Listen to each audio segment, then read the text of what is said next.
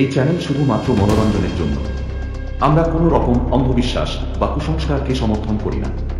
এই ভিডিওতে দেখানো ঘটনা, স্থান, কাল, পাত্র সবই কাল্পনিক। চার বন্ধু রোহিত, লোকেশ, মুকেশ ও আরুষি। তারা পিকনিকের উদ্দেশ্যে দীঘা যাচ্ছিল। গভীর রাত করে এসেছে, চারপাশে ঘন অন্ধকার। লোকেশ ড্রাইভারকে জিজ্ঞাসা করল, দাদা আর কতক্ষণ লাগবে? ড্রাইভার জবাব দিল, দেখুন মাত্র অর্ধেক রাস্তা পেরিয়েছি, আশা করি কাল রাতে দীঘায় পৌঁছে যাব। লোকেশ ক্লান্তভাবে বলল, আজ রাতে আশেপাশে কোথাও থেকে যাই, এখনই অনেক রাত হয়েছে আর আমার খুব খিদেও পেয়েছে। মুকেশ জানালার বাইরে তাকিয়ে দেখল একটা পুরনো হোটেল দেখা যাচ্ছে। সে ড্রাইভারকে বলল, দাদা ওই হোটেলে দাঁড় করা। গাড়ি থামতেই রোহিত কেমন অস্বস্তি বোধ করল। সে বলল, এই জায়গাটা কেমন যেন অদ্ভুত লাগছে। ড্রাইভার তাদের নামিয়ে দিয়ে দ্রুত চলে গেল। চার বন্ধু হোটেলের ভেতরে ঢুকল। হোটেলটা খুবই পুরনো এবং ধুলোমাখা, তবে সবচেয়ে অদ্ভুত ছিল ভেতরে অসংখ্য প্রাচীন মূর্তি রাখা ছিল। মুকেশ মুগ্ধ হয়ে বলল, কি সুন্দর মূর্তি, মনে হচ্ছে যেন কথা বলে উঠবে। লোকেশ হেসে বলল, তোর তো এসব মূর্তি দেখলেই মুগ্ধ হয়ে যাওয়া স্বভাব, কিন্তু সত্যি বলতে কিছু মূর্তি দেখতে বেশ অদ্ভুত লাগছে। তারা হোটেলের ম্যানেজারের কাছ থেকে রুমের চাবি নিল, কিন্তু ম্যানেজার যেন তাদের কাছে বলতে চেয়েও বলল না। রাতে খাবার খাওয়ার পর চার বন্ধু মূর্তিগুলোর ছবি তুলতে ব্যস্ত হয়ে পড়ল। আরুষি এক মূর্তির ডালে হাত দিয়ে বলল, এটা যেন সত্যি মানুষ, কি অদ্ভুত অনুভূতি হচ্ছে। রোহিত বিরক্ত হয়ে বলল, তুমি এসব ফালতু কথা ভাবা বন্ধ করো। তারা নিজেদের রুমে গিয়ে ঘুমিয়ে পড়ল। কিন্তু মাঝরাতে প্রচুর ধরনের শব্দ শুনে লোকেশ ঘুম থেকে উঠে গেল। সে জানালা দিয়ে তাকিয়ে দেখল ওই ট্যাক্সি যেটাতে তারা এসেছিল সেটাই হোটেলের সামনে দাঁড়িয়ে আছে। কিন্তু ড্রাইভার তো চলে গিয়েছিল, তাই না? এত রাতে কে ট্যাক্সি চালাচ্ছে? ভয় পেয়ে সে অন্যদের ডাকতে গেল, কিন্তু তখনই একটা বিপদ। লোকেশ দৌড়ে বাইরে গেল। তারা দেখল ড্রাইভার মেঝেতে পড়ে আছে, মৃত। সকালে পুলিশ এলো, তবে তারা এটাকে দুর্ঘটনা বলে ধরে নিল। কিন্তু এরপর ধরতে লাগলো আরো অদ্ভুত ঘটনা।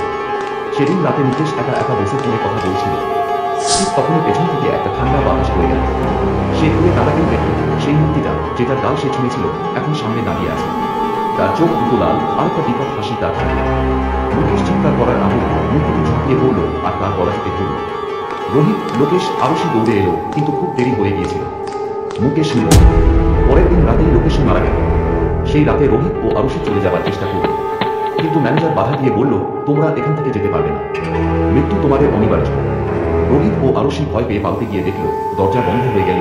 অবশেষে তারা দরজা ভেঙে দেরি না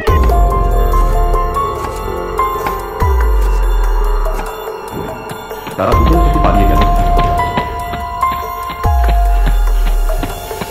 পথে তারা এক দোকানে ঢুকলো আর দোকানদারের কাছে সেই হোটেল সম্পর্কে জানতে চাইল। দোকানদার ভয় পেয়ে বলল, ওই জায়গায় যেও না। বহু বছর আগে এক ভাস্কর ছিল, তার নাম তো বুড়ি মার্কারি। সে খুব সুন্দর মূর্তি বানাতো, কিন্তু একদিন ব্যবসা বন্ধ হয়ে গেলে সে নিজের বানানো এক মূর্তি প্রায় মাথা থেকে আত্মহত্যা করে। লোকেরা বলে তার আত্মা ওই মূর্তির মধ্যে ঢুকে গেছে, আর তারপর থেকে যে ওই মূর্তিকে ছোঁয় সে আর বেঁচে থাকে না। রোহিত ও আরুষি আতঙ্কিত হয়ে বাড়ি ফিরে এল। রোহিত বাড়িতে পৌঁছানোর পর বাবাকে সব বলল, কিন্তু তখনই সে দেখল সেই মূর্তিটা তাদের ঘরের ভিতরে রাখা আছে। বাবা বললেন, দেখো কি সুন্দর মূর্তি এনেছো, মনে হচ্ছে কথা বলে উঠবে। রোহিত ভয়ে বাবাকে বলল, আমি এই মূর্তি আনিনি বাবা, দয়া করে এই মূর্তিকে ছোঁবেন না। বাবা বললেন, তাহলে কে আনলো? রোহিত বলল, আমি কিছুই জানি না, তবে এই মূর্তি খুব ভয়ানক। রোহিত সব ঘটনা তুলে বলল বাবাকে। তার বাবা সব শুনে বললেন, তাহলে এই মূর্তি বাড়িতে রাখা ঠিক হবে না, চলো বাড়ির বাইরে ফেলে দিয়ে আসি।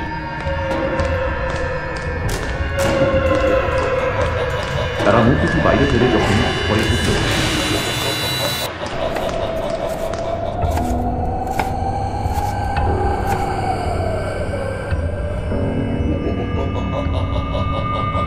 ঠিক তখনই ফোন বেজে উঠল।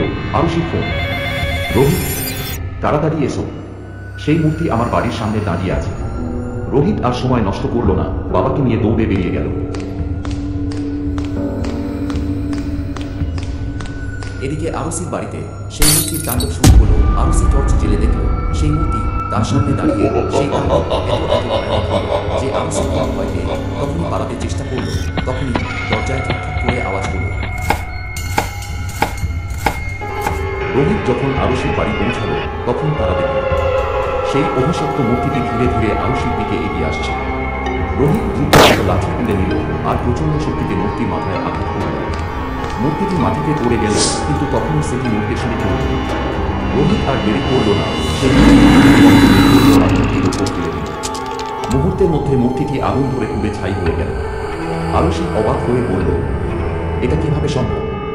রোহিত ক্লান্তভাবে হাসল এবং বলল, যে মানুষের রক্তে এই মূর্তি তৈরি হয়েছিল সেই রক্ত দিয়ে এর শেষ হল। রোহিত ও তার বাবা বাড়ি ফিরে গেল। ভোরবেলা সূর্যের আলো ঘরে আসতে লাগল। অভিশপ্ত মূর্তি এখন শুধুই ধুলোয় মিশে গেছে। এখন আর তাদের জীবনের কোনো অন্ধকার নেই।